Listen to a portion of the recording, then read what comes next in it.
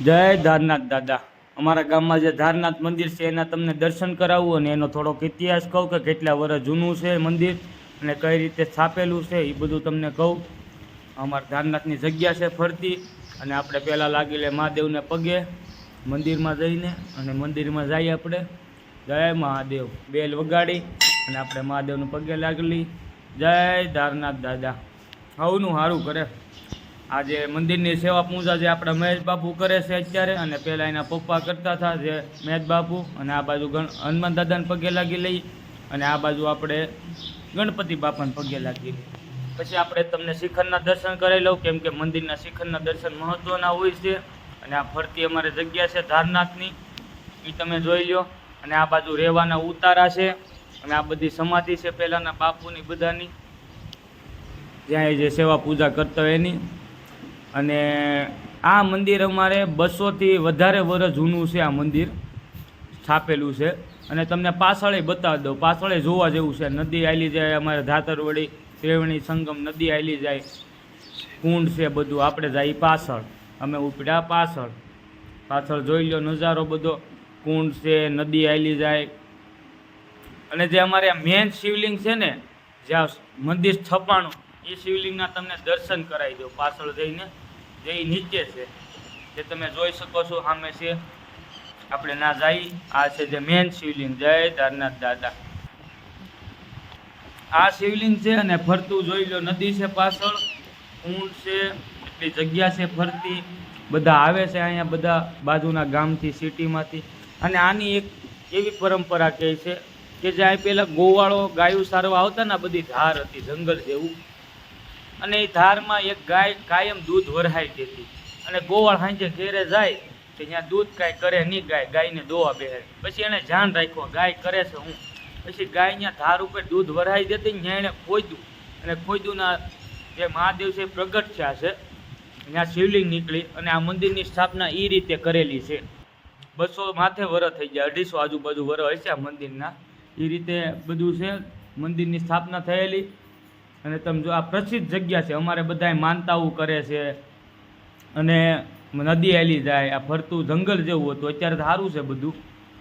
અને તમે જોઈ શકો છો અહીં બધા રુદ્રી ચડાવે છે ભોળાનાથને રુદ્રી ચડે એ બધા કરે છે પછી જેની મનોકામના પૂરી થાય છે અમારું મંદિરે। અને આ નવું મંદિર સ્થપાયેલ છે આ જે જૂની શિવલિંગ છે એમાં નવી મૂકેલ છે અને કુંડ છે પાછળ નદી છે નાય જોવા જેવું તમને નદી આગળ બતાવું આજુબાજુ ગામડામાંથી સિટીથી માણસો જોવા આવે છે અને મજા આવે એવી છે અને અમારે આ જગ્યા પ્રસિદ્ધ છે અને ધારમાંથી નાથ નીકળેલા છે એ રીતે ધારનાથ નામ પડ્યું અને ધારનાથ ઉપરથી અમારા ગામનું નામ ધારેશ્વર પડ્યું।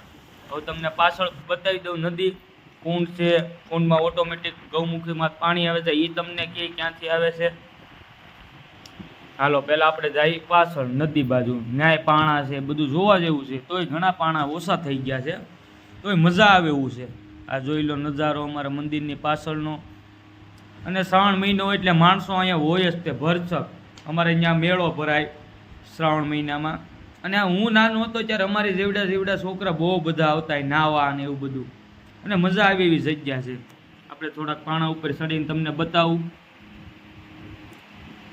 અમારી નદી છે સીધી આમને માયલી જાય અને જે આ સાઈડમાં આખું અમારું ગામ છે ને પાછળ નદી આવેલી જાય છે એ રીતે છે। અને ગામના પાણીના સ્થળ ઊંચા છે અમારે પાણી બાબતે કાંઈ વાંધો ન હોય ને ઉપર છે અમારો મોટો ડેમ ધાતરવડીનો જે ડેમ કહેવાય એ જોઈ લો તમે આ નદી અમારી।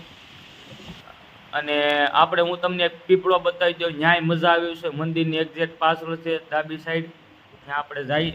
અને અમે નાના હતા ત્યારે અમારી જેવડા છોકરા ઘણા અમે બધા આવતા અહીં રમવા વનભોજન કરવા આવતા બધા માણસો બહારથી અમે જતા અને મજા આવે એવું છે વડલોય સારો છે અને હિંચકા બનાવીને અમે હિંચકા ખાતા એવું બધું છોકરા 15-20 છોકરા ભેગા થતા ગામના અને બધા રમતા અહીંયા અને આમાં આવતી મજા પહેલાં અને અમારે ગામમાં મંદિર છે એટલે અમે તો અહીંયા જાતા જ હોઈએ। આ વડલો જોઈ લો અને હવે ઋષિનો ફોન આવ્યો છે ને આપણે જઈએ ઋષિ પાસે કેમ કે અહીંયા બેહવા પવન સારો ઉડે છે ઘડીકના બેસીએ અમે તો એને બેસી ગયા ધ્યેય દર્શિલ એટલે ધ્યેય ઋષિને હું અને હવે ધ્યેય કહે છે કે આપણે કુંડને મારી દે દાટો પહેલાં હું તમને એનો ઇતિહાસ કહું. આ કુંડમાંથી જે ગૌમુખી છે એમાંથી પાણી આવે છે, આ બધી ધારોનું ઓટોમેટિક એ કુંડ ભરાય છે અમારે. અને કુંડમાં માણસો નાય હોતે છે, ધ્યેય કે દાંડો મારી દે આપણે કાલે આવી નાવા, પાણી ભરાઈ જાય એટલે. અને અમે બહુ નાહીએ આમાં, ગામના છોકરાઓ અમે બધા નાના એક હરખા. કુંડમાં પાણી ન હોય તો અહીં પાછળ નાહી લઈએ, બાકી નાવાનું પાકું. બપોરે આવતા નાવા સ્પેશિયલ. ઋષિભાઈ ઘડીક બેહી, જયભાઈ મારે છે ડાટા, અને આમ ઘડીક બેઠા, પવન સારો ઉડે છે. અને આનું તમને કહી દઉં કે જે અહીં 12મું કરે ને, માણા મરી જાય પછી જે દાદા દાદી, એનું 12મું અમારે અહીંયા થાય છે. અને સુરતથી એક દોસ્તારનો ફોન આવ્યો છે કે ભાઈની સબસ્ક્રાઈબ કરી દેજો, લાઈક કરી દેજો ચેનલને.